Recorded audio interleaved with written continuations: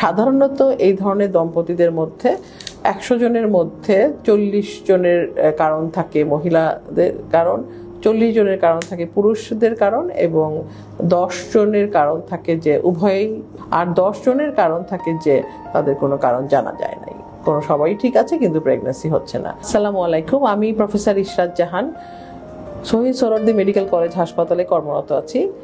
Global fertility সেন্টারে প্রধান fertility specialist হিসাবে কাজ করছি।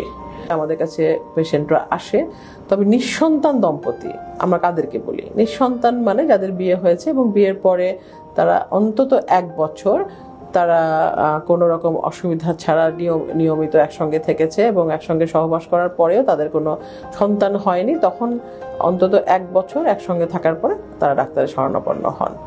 এবং এই পেশেন্টকে আমরা নিঃসন্তান বলতে চাই না, আসলে আমরা সাব ফার্টিলিটি বলতে চাই। এবং যেটি হয় যে আমরা পরীক্ষা নিরীক্ষা করি, সাধারণত এই ধরনের দম্পতিদের মধ্যে 100 জনের মধ্যে 40 জনের কারণ থাকে মহিলাদের কারণ, 40 জনের কারণ থাকে পুরুষদের কারণ এবং 10 জনের কারণ থাকে যে উভয়ই, আর 10 জনের কারণ থাকে যে তাদের কোনো কারণ জানা যায় নাই, কোনো সবাই ঠিক আছে কিন্তু প্রেগন্যান্সি হচ্ছে না।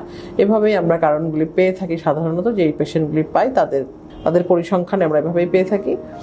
তো তাদেরকে এই জন্যই আমরা সময় মতো আসতে বলি। অন্তত যাদের বয়স বেশি, যাদের বয়স 35, যেই মহিলার বয়স, তারা হয়তো, এখন তো মেয়েরা অনেক পড়াশোনা করছে, দেখা যায় যে পড়াশোনা শেষ করে চাকরি করে এস্টাবলিশ হয়ে বিয়ে করে, তাতে তাদের বয়স হয়ে যায় এই জন্য। কিন্তু 35-এর পরে, বয়স 35-এর পরে আমরা আসলে খুব তাড়াতাড়ি ডাক্তারের কাছে আসতে বলি।